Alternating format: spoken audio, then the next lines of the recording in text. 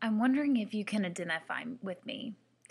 I don't know if you have ever felt overwhelmed by life's stuff, life's junk, our hurts, our feelings maybe of loneliness, our pain, um, stress in general. I don't know if you have ever felt that you just cannot bring that to Jesus. If you're like me, you might have questioned yourself, saying, who am I that he would even care to hear about my stuff? Who am I that he would even want to take it and do anything with it? Well, I have a feeling that the leper, the man in Mark 1, verse 40, probably felt this way too. I'd like to show you a verse out of the New King James Version. This is in Mark 1. And this is a passage that I've read time and time and again, and just kind of skimmed over it and never really given much deep thought into it. Just understood what Jesus was doing with the leper and kept moving. But I wanted to share with you verse 40, Mark 1, and it says, "Now a leper came to him, imploring him, kneeling down to him, saying to him," and this is Jesus, of course, "If you are willing, you can make me clean."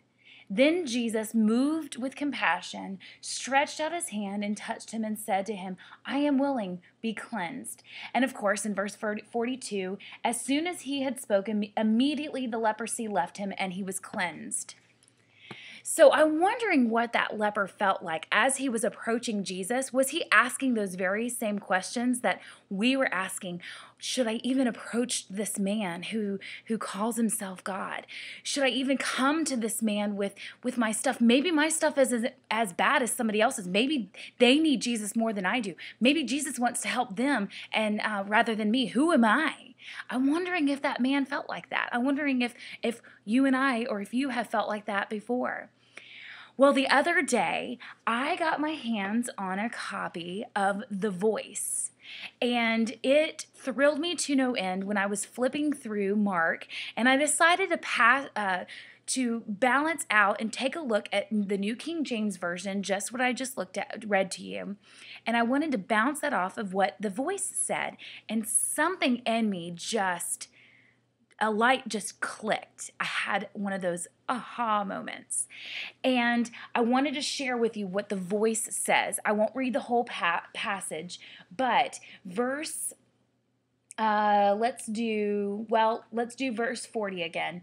"During that time, Jesus met a man stricken with leprosy, a skin disease that many people thought made him ritually unclean." So this man was a outcast. These days, nobody wanted to touch him. Nobody even wanted to be near him. He was an outcast.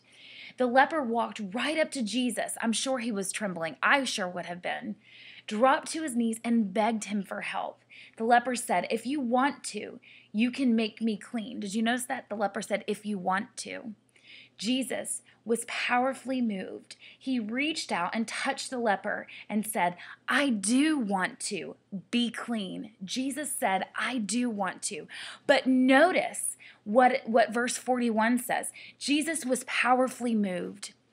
I'm imagining that as Jesus sees this child of God, this very man that he loves and knows so intimately, approaching him, trembling and with fear of everything that we just talked about that this man was probably experiencing.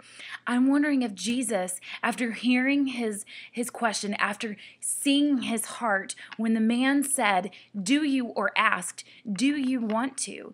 And you notice Jesus was powerfully moved. I bet you he was powerfully moved because he was thinking inside, of course I want to. I love you. I made you. You are my child. Of course I want to. And he was powerfully moved and obviously cleansed him there on the spot.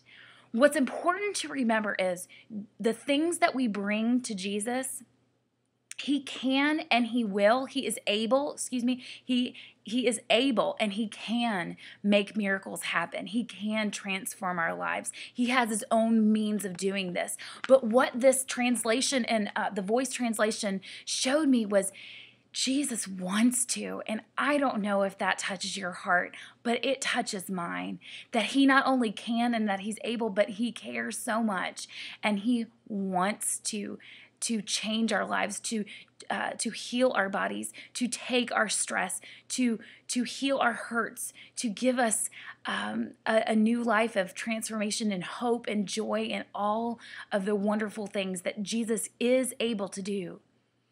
And he can do it, and he wants to do it.